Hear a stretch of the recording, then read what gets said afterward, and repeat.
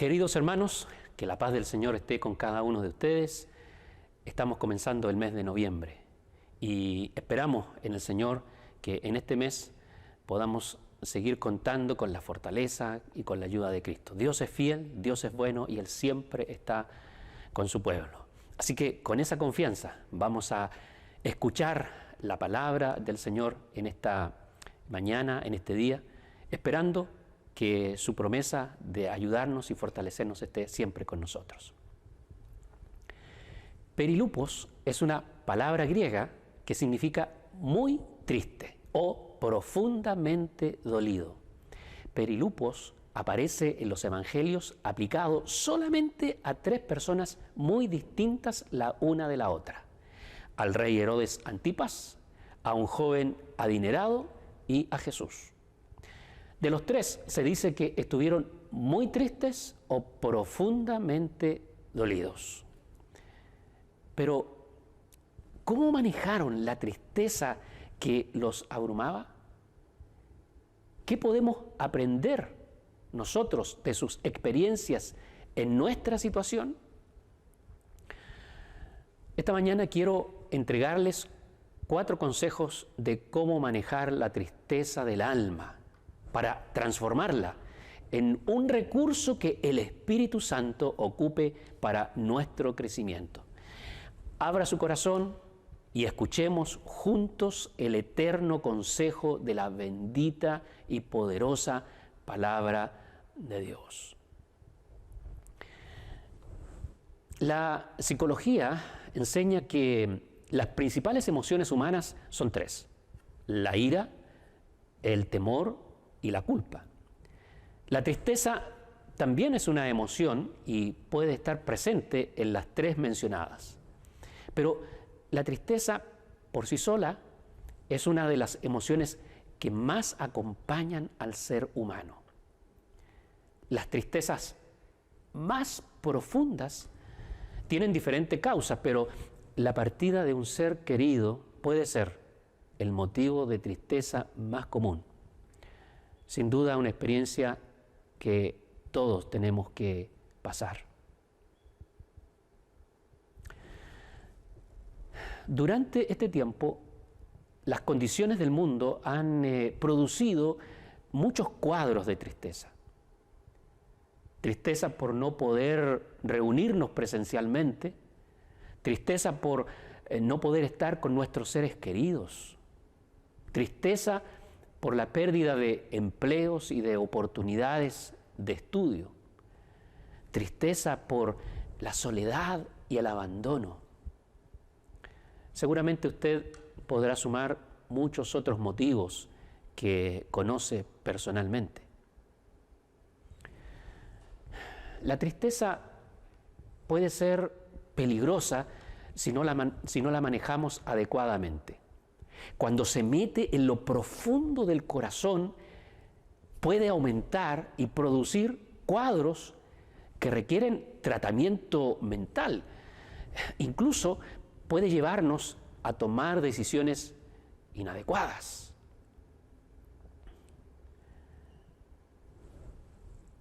Como les comentaba al comienzo, Herodes Antipas, el llamado joven rico, y Jesús sintieron perilupos, es decir, tristeza profunda. Los motivos de sus sentimientos, en cambio, fueron muy distintos. Veamos. Herodes Antipas se entristeció mucho cuando escuchó que la hija de su mujer pidiera la cabeza de Juan el Bautista. Pero su tristeza no fue suficiente para provocar en él un cambio positivo. Muy por el contrario, pesó más en él su orgullo y su posición. En realidad, su tristeza es una vergüenza y una verdadera afrenta para el memorial del hombre que asesinó cruelmente cortándole la cabeza. Eso sí que fue una real tristeza. El segundo caso de profunda tristeza narrado en los evangelios fue el del joven adinerado que vino a Jesús preguntando por cómo obtener vida eterna. En su caso, parece una ironía que el motivo de su tristeza fuera su inmensa riqueza. ¿Quién se pone triste por ser tan rico? Pero la verdad es que su tristeza más bien vino de no ser capaz de poner sus riquezas a un lado para seguir a Jesús. Él no quiso abandonar su acomodada posición y eso le produjo este sentimiento de dolor profundo. Él no sabía que en ocasiones la tristeza de perder algo es la llave para ganarlo todo. La Biblia dice que Jesús abandonó su posición acomodada de Dios y se hizo pobre por nosotros.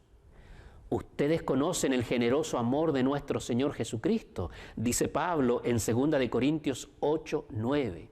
Quien siendo rico se hizo pobre por ustedes, para que por medio de su pobreza ustedes se hicieran ricos. Y la tercera vez que encontramos el vocablo perilupos es en la experiencia de Cristo, en el Getsemaní. Mateo nos relata este episodio en el capítulo 26, los versos 36 al 39. Dice la palabra de Dios en la versión PDT: Después Jesús fue con ellos a un lugar llamado Getsemaní y les dijo: siéntense aquí mientras voy allí a orar. Luego tomó a Pedro y a los 2 hijos de Zebedeo con él y comenzó a sentirse triste y angustiado. Después les dijo: mi tristeza es tan grande que me siento morir.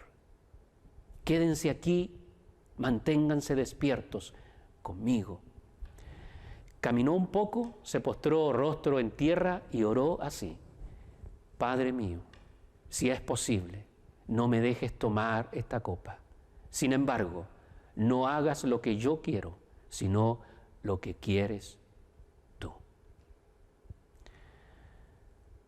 La manera en que Jesús manejó su propia tristeza. ¿Qué hizo Jesús esa turbulenta noche, la última de su terrena existencia? ¿Cómo controló o encauzó el doloroso sentimiento que había en su alma? Aquí están las 4 cosas que hizo Jesús para vivir este intenso momento. Cuando Él dijo: mi tristeza es tan grande que me siento morir, está mostrando que Él manifestó adecuadamente su emoción. Cuesta creer, ¿verdad?, que Jesús estuviera triste. Alguno pensará que se trata de un síntoma de debilidad o de fracaso. Pero lo que nos demuestra este sentimiento en Jesús es que Él era profundamente humano. 100% Dios, 100% hombre.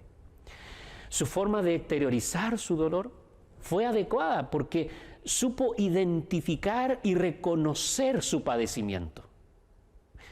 Hacemos mal cuando tratamos de esconder la pena o buscamos controlarla mostrándonos como imbatibles.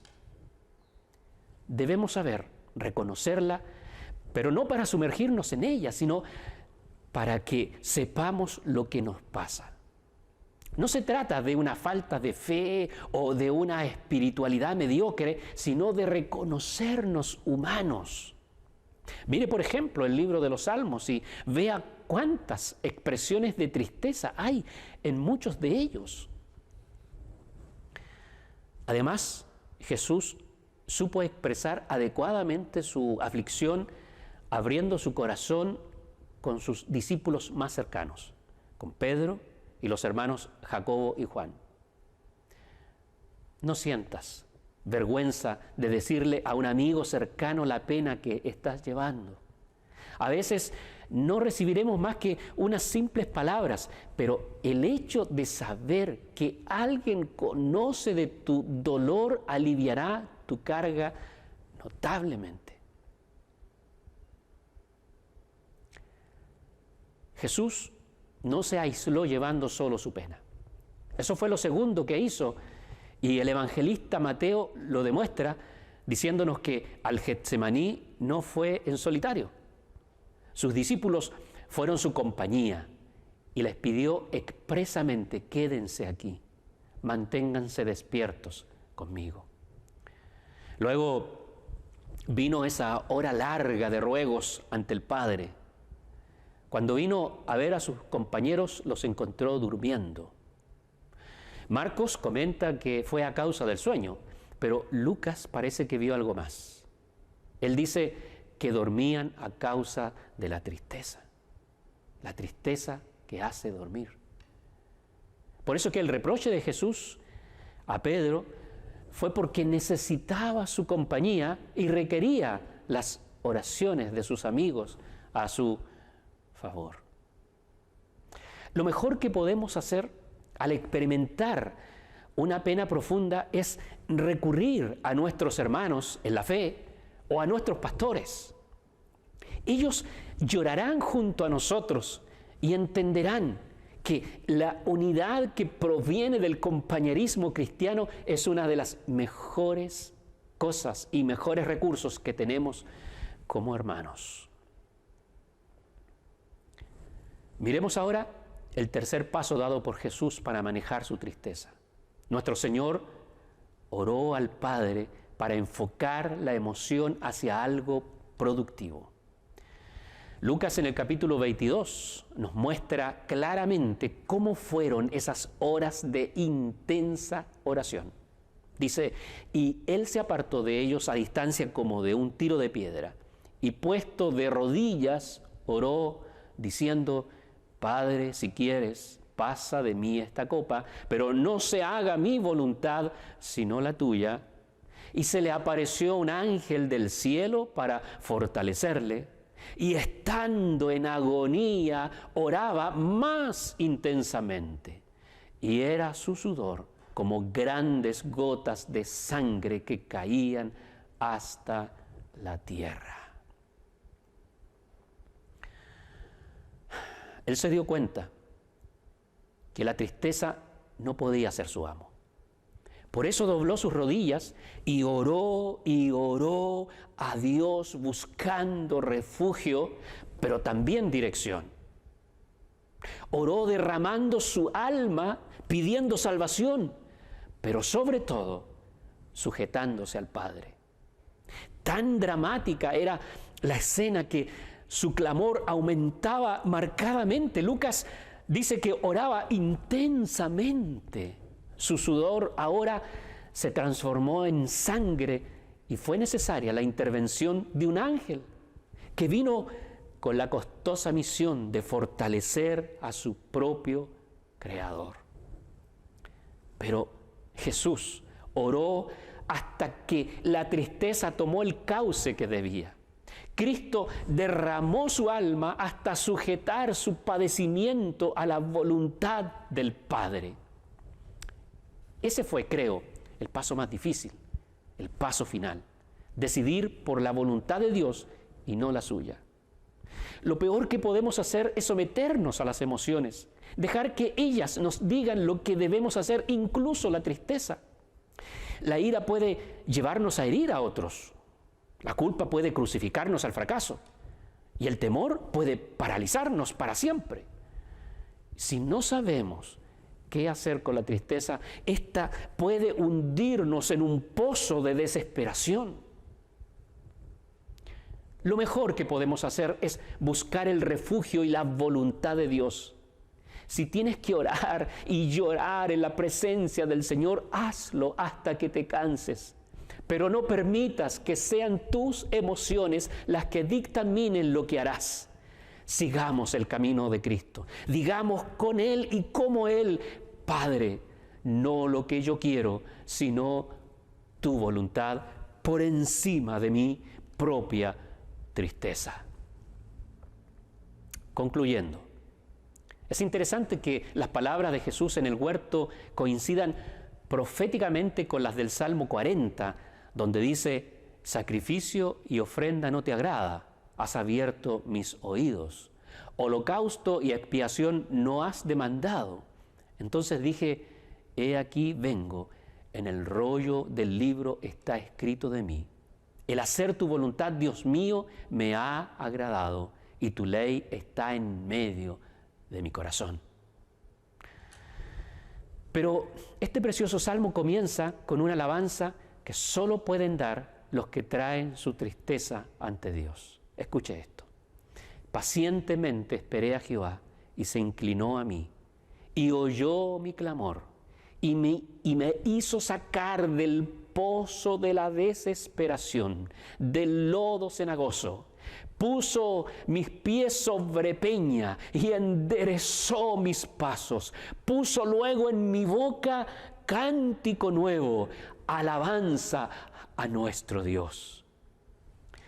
Puede que estés viviendo uno de esos días de intensa tristeza, donde la soledad te envuelve y arrastra hacia un dolor aparentemente infinito.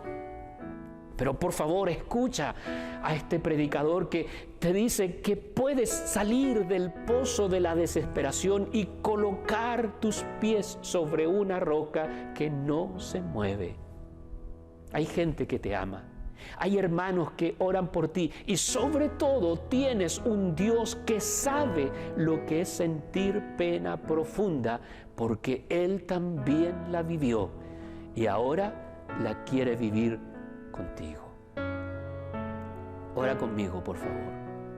Padre Celestial, tú conoces cuántos en sus hogares están pasando ahora mismo por una tristeza profunda, por un sentimiento de soledad y de abandono, y sienten que todo a su alrededor es pena y dolor, y suspiran y lloran y duelen, y se acuestan y apenas pueden dormir y despiertan y sienten dolor profundo en su corazón. Gracias, Señor, porque tú sabes lo que es eso. Gracias porque tú pasaste pena profunda en la tierra. Y gracias porque ahora tú comprendes a cada uno que te está diciendo, Señor, yo y mi pena, yo y mi tristeza, yo y mi soledad. Y tú extiendes tu mano, Señor, para levantarlos y fortalecerlos. Y para enseñarles estos 4 pasos que tú diste para enfocar tu tristeza y llevarla a la victoria. Esa victoria de no hacer lo que la tristeza nos dice, no hacer lo que la pena nos sugiere, sino hacer tu voluntad por encima de todo. Gracias porque tú cambias el dolor y la tristeza en una canción, en un cántico, en una alabanza. Y en esta mañana, en este día, hay esperanza, hay fe, hay liberación, porque tú nos rodeas con tus cánticos. Te alabamos, Señor, y te bendecimos en el nombre de Jesús. Amén. Espero que este sermón, esta palabra, haya sido de gran bendición para usted. Compártala a sus amigos para que ellos también sepan cuáles son los 4 pasos para superar la tristeza profunda. Dios le bendiga.